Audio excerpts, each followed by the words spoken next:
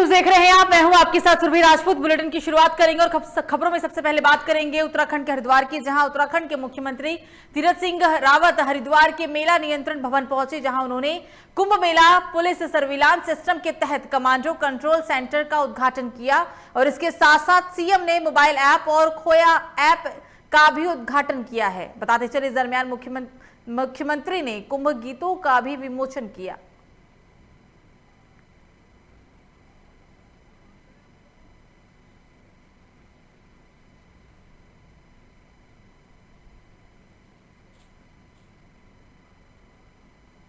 तो वहीं कुंभ नगरी हरिद्वार में महाकुंभ का स्नान 12, 13 और 14 अप्रैल को होने जा रहा है। आपको बता दें, पर्व को सकुशल संपन्न कराए जाने के लिए तुम पुलिस अर्धसैनिक बल की briefing police line Bhalla college stadium में आयोजित की गई। इस ब्रीफिंग में उत्तराखंड पुलिस महानिदेशक अशोक कुमार गढ़वाल, मंडल आयुक्त रविनाथ रमन और अन्य अधिकारी मौजूद रहे, जिसमें पुलिस महानिदेशक अशोक कुमार ने कहा कि तुम पुलिस और अर्धसैनिक पुलिस मिलाकर करीबन 20,000 लोग इस स्नान पर ड्यूटी करेंगे और हमने सभी को वक्त से स्नान कराने के बारे में भी बात कही है। वहीं बॉर्डर एरिया पर मुख्य स्नान के समय पर कोरोना की टेस्टिंग करना संभव नहीं है और जिसके पास कोरोना की नगरी में रिपोर्ट नहीं होगी तो उसको वापस कर दिया जाएगा।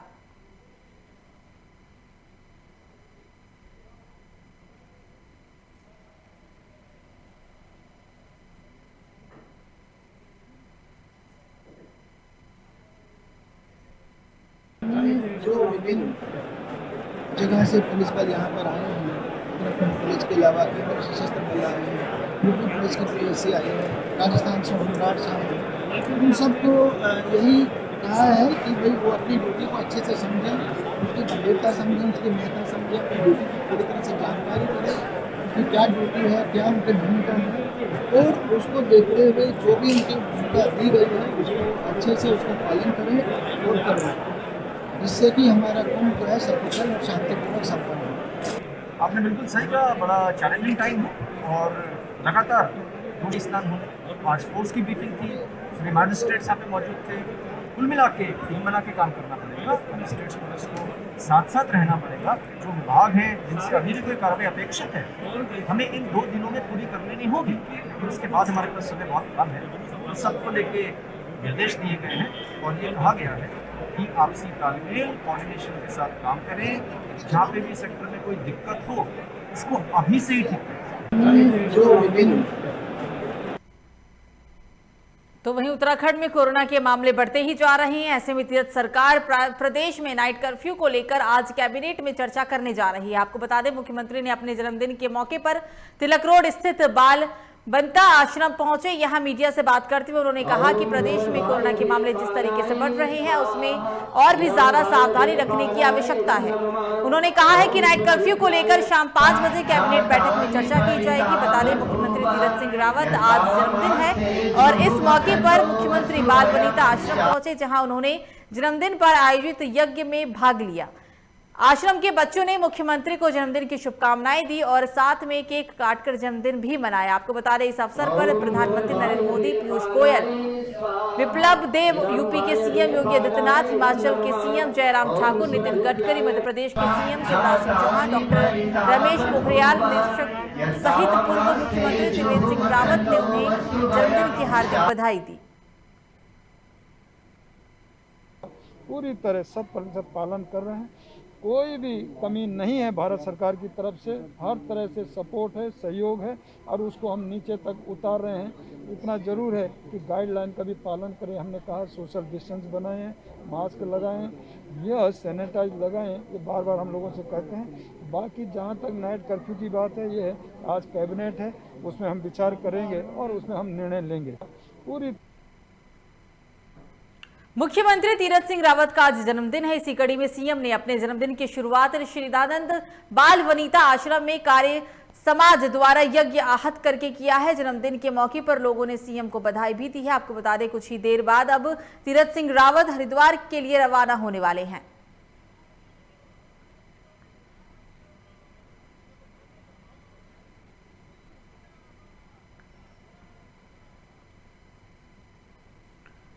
खबरों में आगे बढ़ते और अब बात करते हैं मध्य प्रदेश की राजधानी यानी कि भोपाल की, जहां मध्य प्रदेश में कोरोना की दूसरी लहर खतरनाक होती जा रही है। आपको बता दें पिछले सप्ताह से इस बार 1.5 गुना ज्यादा मामले सामने आए हैं। ये आंकड़े तब है जब प्रदेश के 12 शहरों में रविवार का लॉकडाउन है, जिसके बाद शिवराज सिंह चौहान ने कहा है कि मैं लंबा लॉकडाउन नहीं चाहता, इससे रोजी रोटी की संकट पैदा होती है। अस्पतालों में बेड की संख्या 10% तक बढ़ा दी जा चुकी है और इसमें और भी ज्यादा आने वाले समय में इजाफा किया जाएगा। इसके साथ ही सीएम ने यह भी कहा है कि वैक्सीनेशन तेज गति से किया जा रहा है। फिलहाल मास्क और शारीरिक दूरी ही कोरोना से बचने का एकमात्र उपाय है।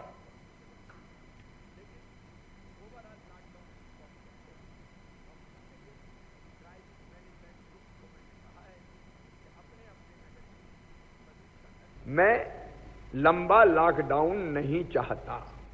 लॉकडाउन अंतिम विकल्प है, लेकिन स्थिति को थोड़ा ब्रेक करने के लिए हमने शुक्रवार की शाम से शनिवार इतवार शहरी क्षेत्रों में और सोमवार के सवेरे 6 बजे तक आज तय किया है कि हम बंद रखेंगे, ताकि संक्रमण की चैन को, उसमें कोई इंडस्ट्री आप बंद रखें 24 घंटे, उसकी जरूरत नहीं है। मैं तो वहीं इंदौर में बढ़ते कोरोना के मामलों को देखते हुए वैक्सीनेशन के लिए अस्पताल के बाहर लंबी लंबी कतारें लग रही है। वहीं रेमडेसिविर इंजेक्शन की किल्लत भी सामने आ रही है। आपको बता दें, इंजेक्शन की किल्लत को लेकर इंदौर विधायक संजय शुक्ला ब्लैक चेक लेकर कलेक्टर के पास पहुंचे और उन्होंने कहा कि चेक में कितनी राशि भरनी है वो भर लो। गरीबों के लिए 5000 रेमडेसिविर इंजेक्शन की मांग की उन्होंने और इस दरमियान उन्होंने ये भी कहा कि पूर्व मंत्री सज्जन सिंह वर्मा, जीतू पटवारी समेत कांग्रेस के कई दिग्गज नेता उनके साथ मौजूद रहे। इससे पहले संजय शुक्ला ने दवा बाजार जाकर दवा व्यापारियों और आम लोगों से वैक्सीन और स्वास्थ्य व्यवस्थाओं पर चर्चा की, जबकि गुरुवार को विधायक संजय शुक्ला वैक्सीन के लिए अस्पताल के बाहर लाइनों में खड़े लोगों के लिए खाने पीने की भी व्यवस्था करते नजर आए थे। ये तस्वीर हम आपको मध्य प्रदेश के भोपाल की मध्य प्रदेश के इंदौर की दिखा रहे हैं, जहां आपको बता दें विधायक ने जो भी लोग लाइन में खड़े थे इंजेक्शन लगाने के दरमियान उनके खाने पीने लोगों की व्यवस्था की है। आप देख सकते हैं कि वो किस तरीके से लोगों को खाने पीने की सामग्री बांट रहे हैं। इस दरमियान उनके साथ पूर्व मंत्री सज्जन सिंह वर्मा, जीतू पटवारी समेत कांग्रेस के कई दिग्गज नेता मौजूद रहे। इससे पहले संजय शुक्ला ने दवा बाजार जाकर दवा व्यापारियों और आम लोगों से वैक्सीन और स्वास्थ्य सेवाओं पर चर्चा भी की थी।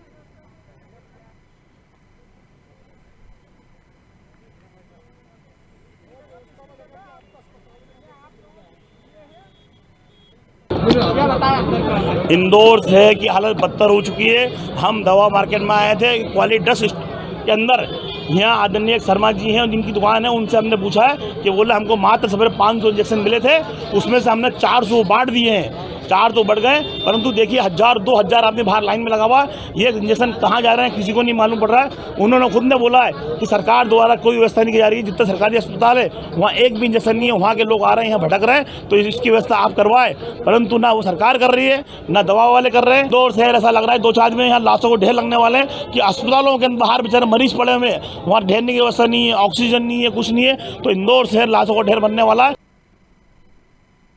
तो वहीं चमोली की नारायणगढ़ बगड़ में कोरोना से बचाव और कैबिनेट मंत्री गणेश जोशी के शीघ्र स्वस्थ होने की कामना के लिए महामृत्युंजय यज्ञ किया गया है। आपको बता दें, भाजपा जिला मंत्री दिलीप सिंह नेगी के आवास पर मंसूरी विधायक और कैबिनेट मंत्री के शुभचिंतकों ने उनके स्वास्थ्य लाभ के लिए महामृत्युंजय यज्ञ कर कोरोना काल में विश्व कल्याण की कामनाएं भी की है। आपको बता दें, इस दरमियान हवन के पश्चात रामचरितमानस की चौपाइया और हनुमान चालीसा का पाठ भी किया गया। बताया जा रहा है कि कैबिनेट मंत्री श्री जोशी पिछले 1 हफ्ते से कोरोना संक्रमित होने के कारण अपने आवास पर आइसोलेट है।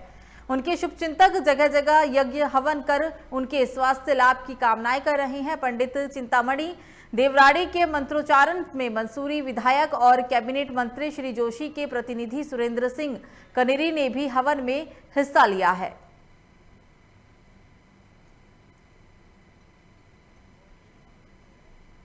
ये आज जैसे कि हमारे देश में, हमारे प्रदेश में कोरोना महामारी लगातार ये अपना प्रकोप लेती जा रही है और इसी कोरोना महामारी की चपेट में हमारे पूर्व में उत्तराखंड प्रदेश के यशस्वी मुख्यमंत्री आदरणीय श्रीमान तीरथ सिंह रावत जी जो अस्वस्थ हो गए थे और वो अब इस जंग को जीत कर निकल चुके हैं।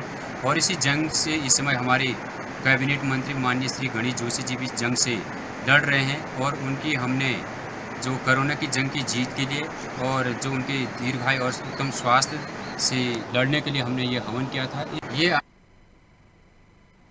तो वहीं चमोली जिले दौरे पर आए मुख्य वन संरक्षण एनटीईपी एवं वन विभाग की ओर से जिला चमोली के नोडल अधिकारी रमेश चंद्र ने पिंडघटवारी पहुंचकर यहां वनों में हुई आगजनी का जायजा लिया। उन्होंने कहा है कि जंगलों को बचाने के लिए वन विभाग और जनता का आपसी समर्थन बहुत जरूरी है। इससे जंगलों में आग लगाने वाले अराजक तत्वों में कमी आ सकती है। इस अवसर पर डीएफओ अलकनंदा, वन प्रभाग चमोली सर्वेश कुमार, वन क्षेत्राधिकारी बद्रीनाथ, वन प्रगण जुगल किशोर चौहान और वन क्षेत्राधिकारी अलकनंदा व अन्य वन कर्मी भी इस मौके पर उनके साथ उपस्थित दिखे।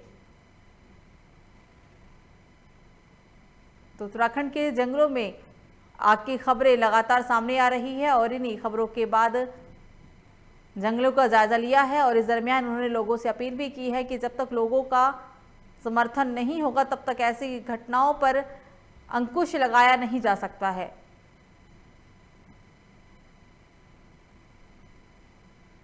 उनके साथ डीएफओ अलकनंदा, वन प्रभाग चमोली सर्वेश कुमार, वन क्षेत्राधिकारी बद्रीनाथ, वन प्रभाग जुगल किशोर चौहान और वन क्षेत्राधिकारी अलकनंदा के साथ तमाम कर्मी भी उपस्थित रहे हैं।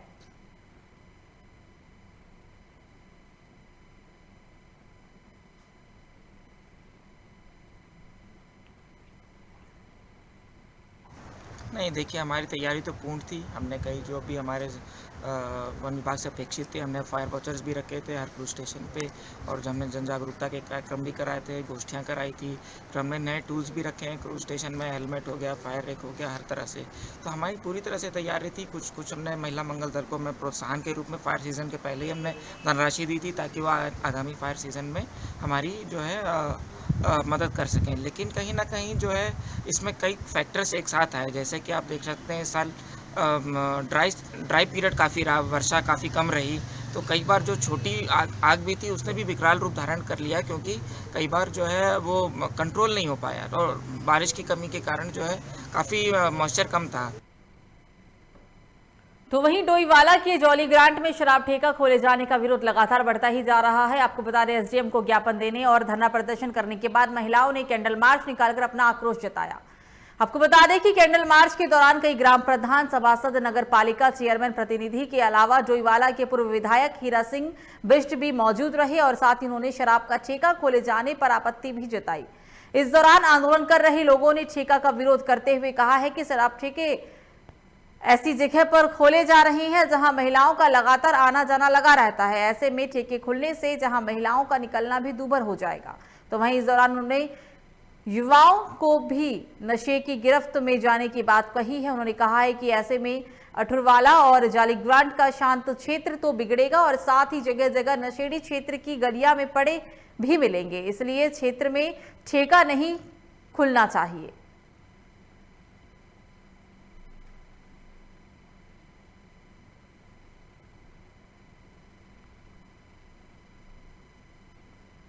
ठेका नहीं खुलना चाहिए, चाहे कुछ भी हो जाए। हम यहाँ पर रोड पे जाम लगा देंगे। हमारे अठूर वाले में बिल्कुल भी शराब का ठेका नहीं खुलना चाहिए। नहीं खुलना चाहिए तो नहीं खुलना चाहिए। हमारी यहाँ पूरी वो खराब हो जाएगी, मोहल्ला खराब हो जाएगा, बच्चे लोगों के बिगड़ जाएंगे, लड़कियाँ लोगों की बिगड़ जाएंगी क्योंकि जब इधर उधर दारू वाले पड़े रहेंगे तो हम लोगों का आना जाना मुश्किल हो जाएगा। ठेका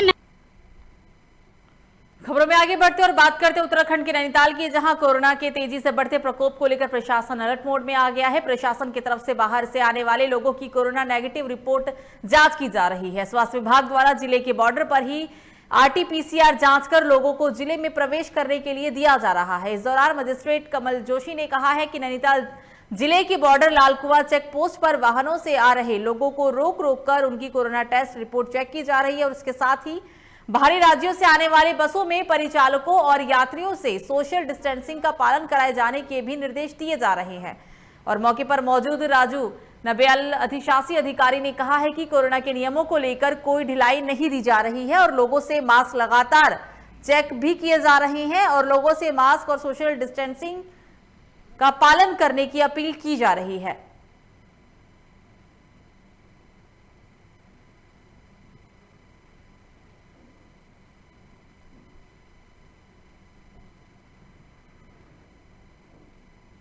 खबरों में आगे बढ़ते हैं और अब बात करते हैं मध्य प्रदेश के उज्जैन की, जहां उज्जैन में कोविड-19 शासकीय माधवनगर अस्पताल में ऑक्सीजन की कमी से 5 मरीजों की मौत हो गई, जिसके बाद परिजनों ने जमकर अस्पताल परिसर में तोड़फोड़ की है। आपको बता दें, इस दौरान मृतक के परिजनों ने एडिशनल कलेक्टर सृजान सिंह रावत पर हमला करने की कोशिश भी की, जिसके बाद सृजान सिंह रावत ने अस्पताल में दरवाजा को बंद कर खुद को बचाया। तो वहीं घटना की जानकारी मिलते ही बड़ी संख्या में पुलिस प्रशासन के आला अधिकारी मौके पर पहुंचे और इसके साथ ही मौके पर पहुंचे बीजेपी सांसद ने परिजनों को शांत करवाया है। फिलहाल पुलिस ने मामला दर्ज कर लिया है और आगे की कार्रवाई में पुलिस जुटी हुई है।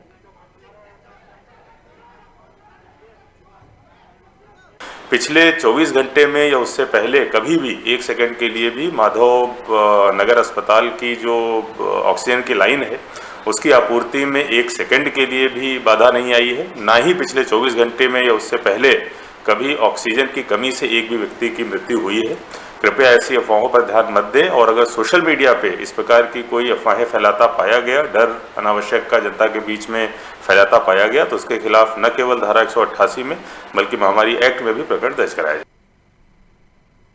तो वहीं हरदोई के पाली थाना इलाके के रहने वाले 2 फौजियों को उनकी जमीन पर कब्जा मिल गया है। आपको बता दें, लोकमंच न्यूज ने इस खबर को प्रमुखता से दिखाया था और इसके बाद ही एसडीएम पुलिस और राजस्व टीम मौके पर पहुंचे और फौजियों को उनकी जमीन पर कब्जा दिला दिया।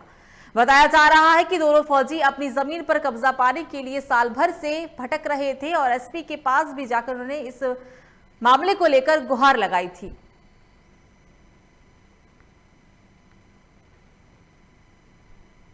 कुछ जो दबंग पार्टी ने हमारे खेत पे कब्जा कर रखा था। तो आपने कहाँ शिकायत की? जी मैंने सबसे पहले जो एसपी साहब को, उसके बाद मैंने जो है अपने जो राजस्व विभाग में शिकायत दिया, उसकी जो है मेड़बंदी के आदेश करा है।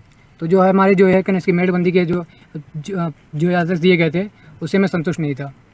तो जो है फिर उसके बाद जो है मैंने जो है डीएम साहब को एप्लीकेशन दी, ठीक है। और तो जो उसके बाद जो है वहाँ पे जाके जब मैंने डीएम साहब को एप्लीकेशन दी तो जो है तत्काल कार्रवाई के लिए अभी जो हमारे मजिस्ट्रेट साहब आए यहाँ पे और भी जो है जो अपना जो थाना प्रभारी हमारे एसओ साहब आए और अपना जो पूरा पुलिस फोर्स लेके आए साथ में और इन्होंने हमारे मौके पे हमें जो है कब्जा दिला दिया। अब बात करते हैं मध्य प्रदेश के सागर जिले की, जहां सागर जिले के मुंदेलखंड मेडिकल कॉलेज के सेंटर ऑक्सीजन सप्लाई सेंटर नौजम गर्म होकर फट गई, जिससे ऑक्सीजन की सप्लाई अचानक रुक गई। घटना के बाद आनन फानन में कर्मचारियों ने फायर सेफ्टी सिलेंडर से आग पर काबू पा लिया। जानकारी के अनुसार ऑक्सीजन सप्लाई बाधित होने की वजह से कुछ मरीजों की जान भी चली गई है। हालांकि मेडिकल प्रबंधन ने इस बात की पुष्टि अभी तक नहीं की है।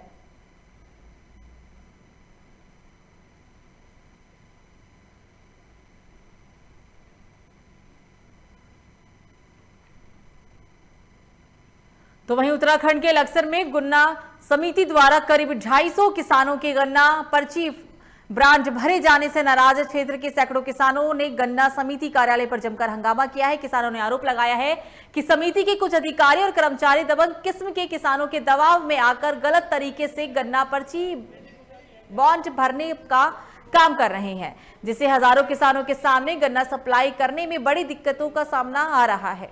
आपको बता दें कि हंगामा करने वाले किसानों का कहना था कि जिन दबंग किसानों ने अपने बॉन्ड भरवाए उनके एक साथ कई गन्ना पर्चियां जारी कर ली गई है और ऐसे में बाकी किसानों की पर्चियां जारी नहीं हो सकी, जिससे उनका गन्ना खेतों में ही सड़ रहा है। किसानों ने भारी हंगामे के बाद समिति के चेयरमैन जितेंद्र नागर और डायरेक्टर ने गन्ना बॉन्ड भरने की प्रक्रिया पर तुरंत रोक लगाने के निर्देश समिति सचिव को दे दिए।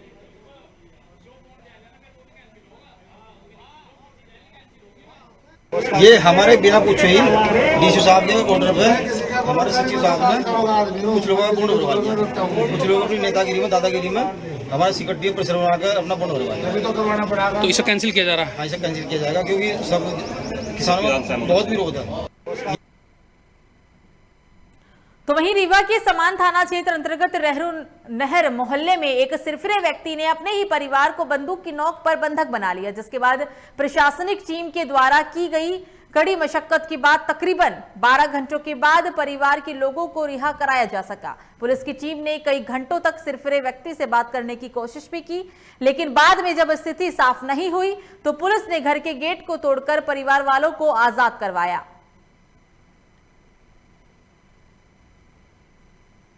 ड्राइवर से बात किया, वो चला गया, तब आए अंदर से, वहाँ आए तो लेट गए।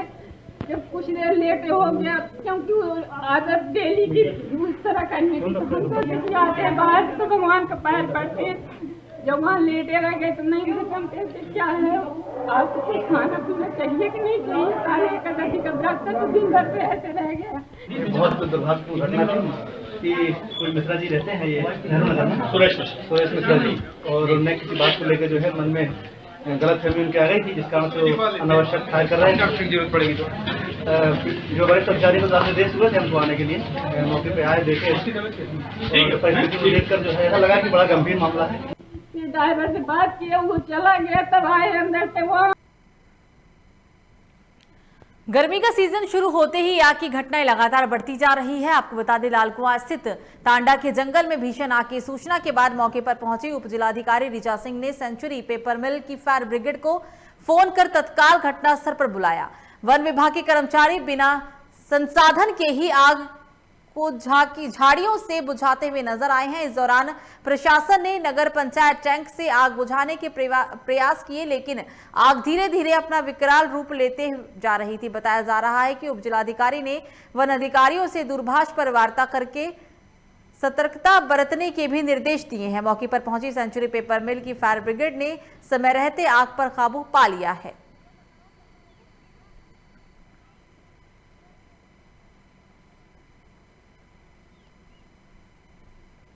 वन क्षेत्र में आग लगी हुई है और इधर हमारी ये लालकुआं की भी बस्ती से सटी हुई है। तो यहाँ पर अभी जो नगर पंचायत की ओर से टैंकर लगाया गया है, आग बुझाने का कार्रवाई की जा रही है। इसके अलावा अभी मैंने सेंचुरी से भी फायर ब्रिगेड की बात की है, वो बस मौके पे पहुँच रही है और शीघ्र ही इसको आग को बुझा लिया जाएगा। बात हुई है, उन्होंने मुझे बताया है कि मौके पे आग काफ़ी कंट्रोल कर ली गई है, लेकिन अभी जो थोड़ी बहुत भी ये दिख रही है, इसके लिए फायर ब्रिगेड लगा के अभी इसको भी पूरा कंट्रोल कर लिया जाएगा। तो वहीं ग्वालियर में शहर के देसी शराब की गोदाम में गैस सिलेंडर के फट जाने से भीषण आग लग गई और पूरा इलाका सिलेंडर फटने के धमाके से दहल उठा। आपको बता दें, धमाके से फैली इस आग ने मुख्य रोड पर बनी अंग्रेजी शराब दुकान और अपनी गोदाम को भी अपनी चपेट में ले लिया, जिससे लाखों रुपए का नुकसान हुआ है। तो वहीं आग की सूचना मिलते ही दमकल की करीब आधा दर्जन गाड़ियां मौके पर पहुंची और कड़ी मशक्कत के बाद आग पर काबू पा लिया गया।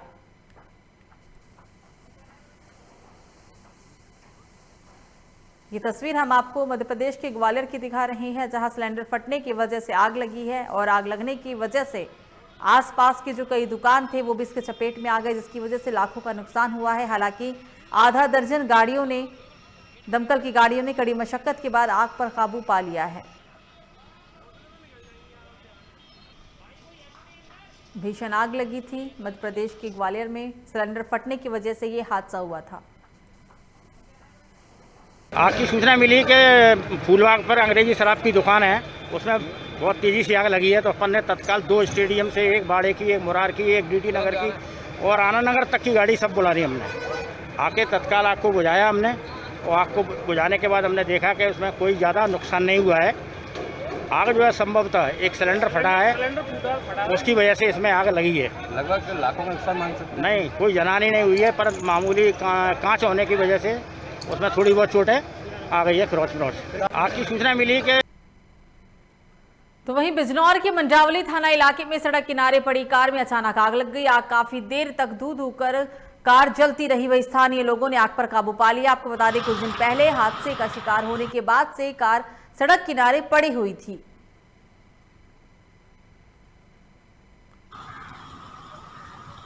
ये तस्वीर हम आपको यूपी के बिजनौर की दिखा रहे हैं। बता दें आपको कि ये जो कार है वो काफी समय से सड़क किनारे लगी हुई थी और अचानक से इसमें आग लग गई है। हालांकि इस आग से किसी भी तरह का कोई नुकसान नहीं हुआ है।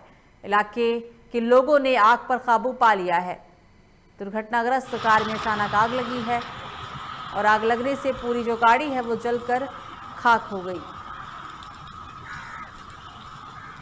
बिजनौर के मंडावली इलाके की पूरी घटना है। स्थानीय लोगों ने आग पर काबू पा लिया है। आपको बता दें, दुर्घटनाग्रस्त कार ये काफी दिनों से सड़क के किनारे लगी थी, लेकिन तभी अचानक आज इसमें आग लग गई और आग लगने की वजह से पूरी गाड़ी जलकर राख हो गई है।